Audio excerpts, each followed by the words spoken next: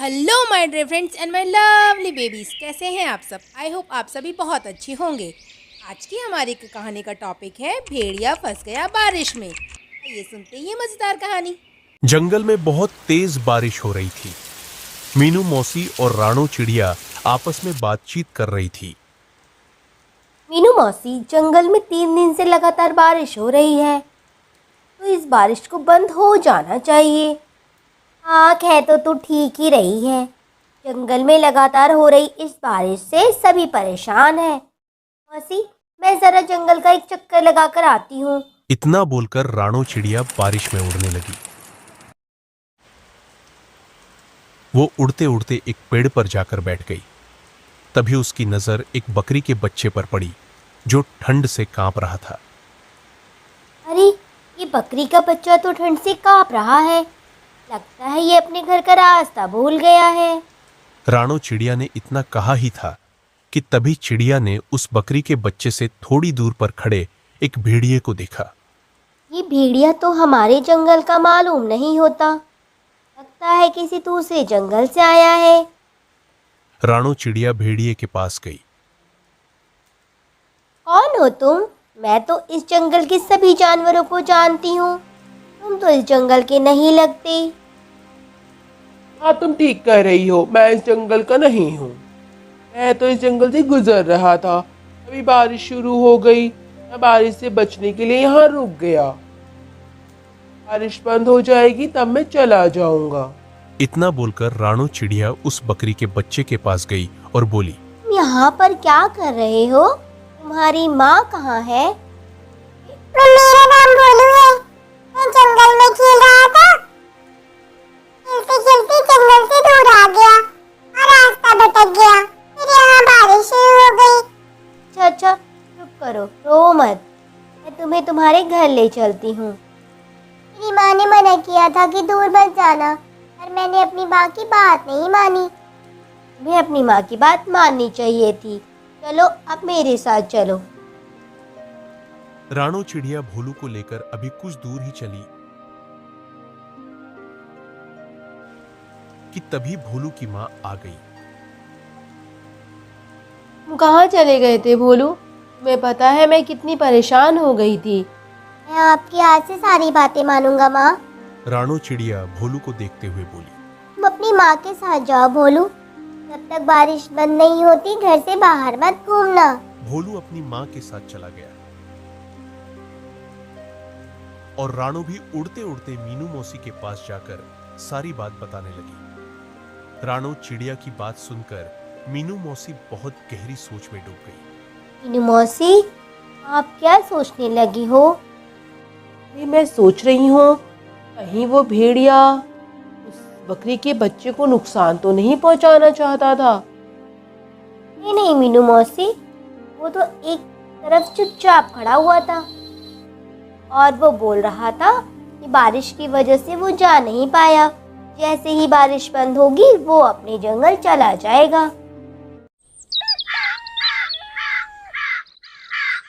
अगले दिन बारिश रुक गई। राणो चिड़िया धूप का आनंद ले रही थी कि तभी टुनी चिड़िया वहां पर आकर राणो चिड़िया से बोली, अरे रानो, तुम यहाँ बैठी हो और वहाँ पर एक बकरी फुट फुट कर रो रही है। बकरी? कौन सी बकरी रो रही है?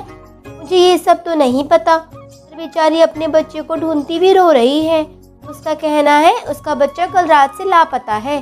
अच्छा, चलो मेरे साथ, देखते हैं जाकर कौन रो रहा है। राणो चिड़िया फिर टुनी चिड़िया के साथ उड़कर वहां चली गई जहां बकरी तो रही थी। उसने देखा ये बकरी तो भोलू की मां है। राणो उसके पास जाकर बोली,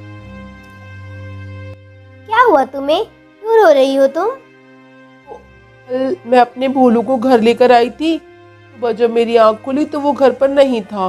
मैंने पूरा जंगल छान मारा पर मेरा बेटा कहीं नहीं मिला। घबराओ मत, हम उसे ढूंढकर ले आएंगे। राणो चिड़िया भोलू को ढूंढने के लिए जंगल में घूमने लगी। तभी उसके नजर उसी भेड़िए पर पड़ी जो बारिश की रात पेड़ के नीचे खड़ा हुआ था। भेड़िए आराम कर रहा था।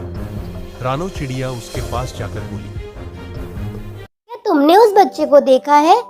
ये बकरी का बच्चा जो कल रात बारिश में भीग रहा था। मैंने किसी बकरी के बच्चे को नहीं देखा। वैसे तो तुम कल ये कह रहे थे कि बारिश बंद होने के बाद चले जाओगे, पर अब तक क्यों नहीं गए? हाँ तो चला जाऊंगा थोड़ी देर में। तुम तो ऐसे बोल रही हो जैसे इस जंगल की महारानी हो और यहाँ पर तुम्हारा ही राज चलता है। मेरी मर्जी, जब भी जाऊं। राणो अपने मन ही मन में बोली। मुझे तो इस भेड़िए की नीयत पर पहले से ही शक था। मुझे जंगल के राजा शेर से इसकी शिकायत करनी होगी। फिर राणो चिड़िया जंगल के राजा शेर के पास चली गई और सारी बात बताते हुए बोली। मुझे उस भेड़िए पर शक हो रहा है महाराज। तभी शेर क्रोधित होते हुए राणो चिड़िया से बोला।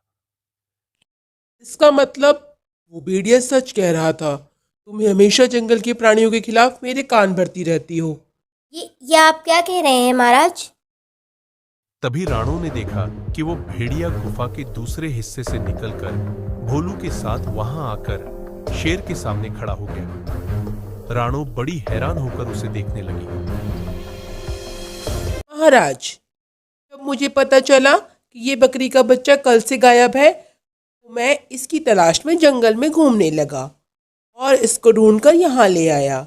ये रानो चिड़िया आप पे कान भरने जरूर आएगी, ये मुझे पहले से पता था, इसलिए मैंने आपको पहले ही सब बता दिया।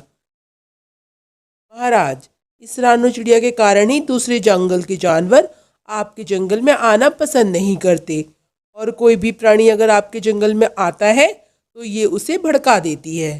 तुम कह रही थी कि इस भेड़िए ने बकरी के बच्चे को मार डाला है, देखो ये तो जीवित है और तुम्हारे सामने ठीक खड़ा है। अब तुम्हें झूठ बोलने की सजा मिलेगी, अब तुम्हें जेल में डाल दिया जाएगा। इतना बोलकर शेर ने अपने सिपाहियों को आदेश दे दिया और राणो चिड़िया को पिंजरे में बंद कर दिया गया। फिर शेर ने भेड़िए से बोला। भेड़िए, तुम्हारी जब तक मर्जी हो तुम इस जंगल में रह सकते हो। भेड़िया खुश होकर वहां से चला गया। इधर टुनी चिड़िया ने इस सारे दृश्य को देख रही थी। वह तुरंत मीनू मौसी के पास पहुंच गई और सारी घटना बताते हुए बोली। कुछ कीजिए मीनू मौसी, जंगल के राजा शेर ने रानो चिड़िया को बंदी बना लिया है। जब रानू ने मुझे बताया था उस भेड़िए के बारे में, उस रात पेड़ के नीचे खड़ा वो बकरी के बच्चे को देख रहा था।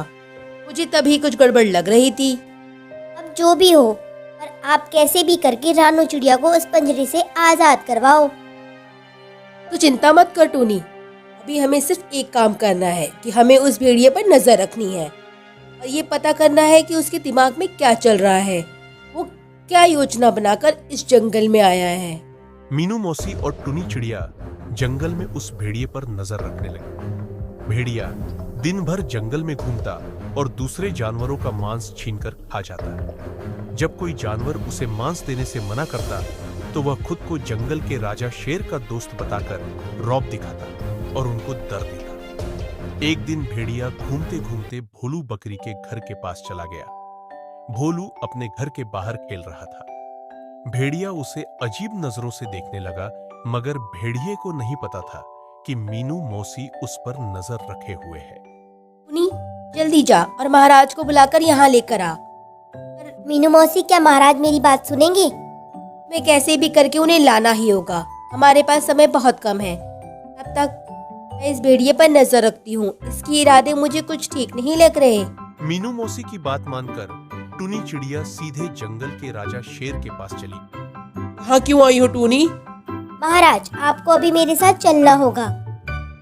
जी, अब चिड़ियों पर भरोसा नहीं रहा।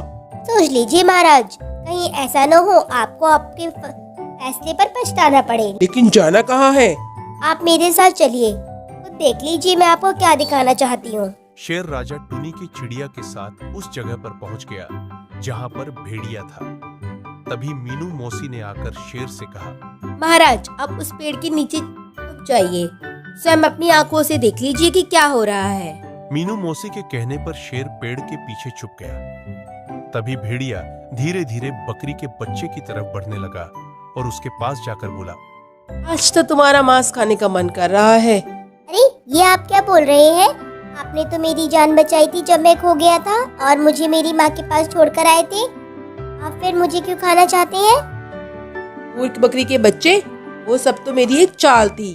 मुझे पता था जंगल में रानो चिड़िया सबसे ज्यादा दिमाग वाली है। अगर मैंने उसे फंसाया नहीं तो मेरी योजना बेकार हो जाएगी। कुछ समझा नहीं। जब तू सो रहा था तब मैं तुझे खुद अपने मुंह में दबाकर जंगल के दूसरे हिस्से में छोड़ आया, फिर खुद ही जाकर तुझे महाराज के पास छोड़ दिया। जंगल में इस मूर्ख शेर ने तो रानो चिड़िया को दोषी मान लिया और उस बेचारी को ही पिंजरे में बंद कर दिया। अब मुझे चिड़ियों से कोई खतरा नहीं है। अब मैं तुझे आराम से खा जाऊंगा।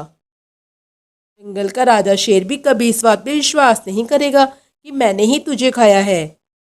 अब मैं जंगल में अपनी मनमानी करूंगा। अच्छा, तो ये है तेरी चाल। जंगल की सबसे समझदार और मेरी विश्वसनीय पक्षी को मेरे ही हाथों बंदी बनवा दिया। अब मैं तुझे नहीं छोड़ूंगा। इतना बोलकर शेर ने भेड़िए को वहीं पर मार डाला और मीनू मौसी से बोला, जी माफ कर दो मीनू मौसी, मैंने आप चिड़ियाओं की बात ना मानकर बहुत गलत किया है। मुझे कभी भी अपनी विश्वसनीय पे भरोसा होना नहीं चाहिए।